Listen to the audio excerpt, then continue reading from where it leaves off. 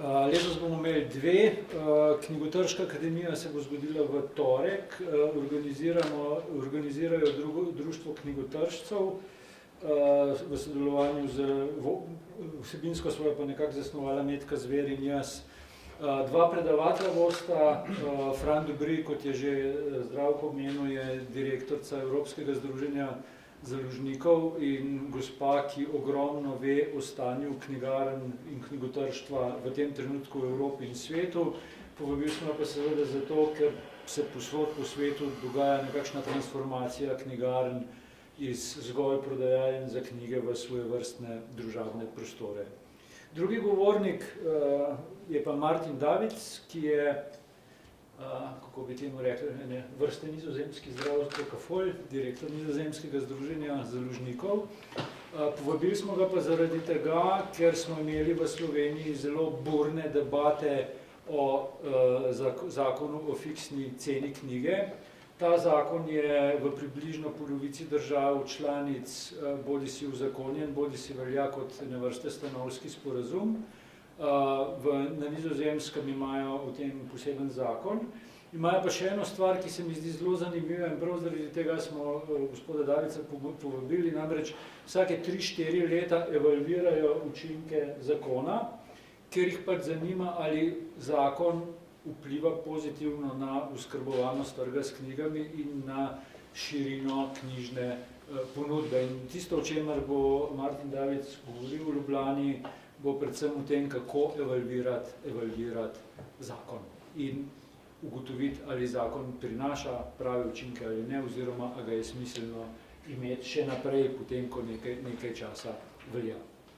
To bo v torek, potem imamo pa v sredo in četrtek Založniško akademijo, ki bo pa letos gostila 4 predavatelje, od katerih 3 prihajajo iz baltskih držav, Litve, Latvije in Estonije. V Sloveniji sicer zelo malo vemo o knjižni produkciji v teh državah, vendar pa obstoji na ravni založništva, pa tudi na akademski ravni, dosti tesno in dobro sodelovanje. Na Univerzi v Vilniusu imajo zelo dober oddelek, na Fakulteti za družbene vede zelo dober oddelek za knjigo. Vsako leto organizirajo konferenco, z njimi sam že zelo dolgo časa redno sodelujem. Prihaja tudi do sodelovanja na ravni založb, tako je recimo pred kakšnim letom pa pol Mladinska knjiga delala svojevrstno benchmarking analizo z največjo litovsko založbo Almo Litero. Tisto, kar je pa seveda zanimivo, je pa to, da so problemi na teh trgih zelo podobni slovenskim. Namreč takrat, ko govorimo o slovenskem knjižnem trgu, zelo radi delamo primerjave z angleškim trgom, ameriškim trgom, nemškim trgom, ampak te primerjave so v resnici precej neuporabne, zato ker se majhni knjižni trgi obnašajo zelo na svojevrsten način in imajo seveda tudi zelo svojevrstne in podobne probleme. Tako se vsi založniki v Baltiku spopadajo z problemi nizkih naklad, posledično z problemi prenizkih avtorskih honorarjev, soočajo se s problemom močne penetracije knjig v angleščini, imajo tako kot mi burne debate o zakonu o fiksni ceni in tako naprej. Zanimivo pa seveda tudi to, da so baltske države v mnogočem po eni strani kulturno podobne Sloveniji, zaradi tega, ker je v času Sovjetske zveze knjiga bila eden od pomembnih stebrov njihove jezikovne in nacionalne identitete. Zanimivi so pa seveda tudi zaradi tega, ker smo jih po moji oceni iz slovenske perspektive nekaj časa gledali z podcenjevanjem. Če pogledamo te države zdaj, vidimo, da so že nekaj časa ven iz ekonomske krize in tisto, kar je zelo zanimivo, je seveda tudi to, da zadnji 2 leti v vseh baltskih državah, kljub temu, da se jim je zelo zmanjšalo število izdanih naslovov, narašča prodaja knjig.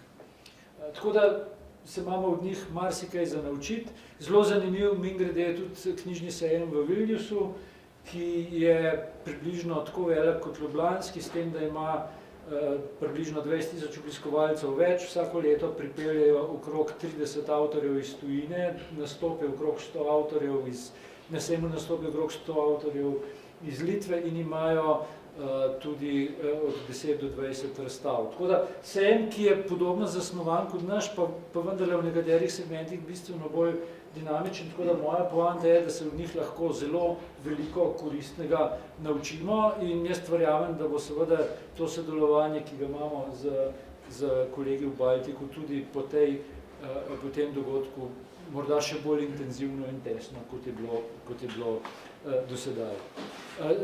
Četrti govornik je pa Rüdiger Wischenbart z Dunaja, tisti, ki poznate malo boljš drobovje frankfurtskega knjižnega sejma, morda veste, da je bil dolga leta vodja PR-a na frankfurtskem knjižnem sejmu.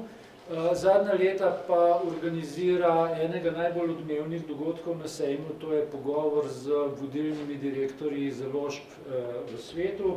Letos je vodil izjemno odmeven pogovor z Markusom Dolejem, direktorjem založbe Penguin Random House, skratka najbolj velike svetovne založbe, kjer je padla tudi zelo zanimiva izdaja Markusa Doleja, da je v jedru njihove poslovne strategije za naslednjih 100 let tiskana knjiga in da je ves ta šunder okrog knjige precejšno larifaren. Tako da zelo zanimivo izhodišče, verjamem tudi za njegovo predavanje, govoril bo pa seveda o stanju elektronskih knjig v svetu, ker je govoril bo to na osnovi Global e-book reporta, ki ga kot glavni avtor pripravlja in ga lahko vsi brezplačno dobite v Amazonovi spletni knjigarni, v elektronski obliki seveda.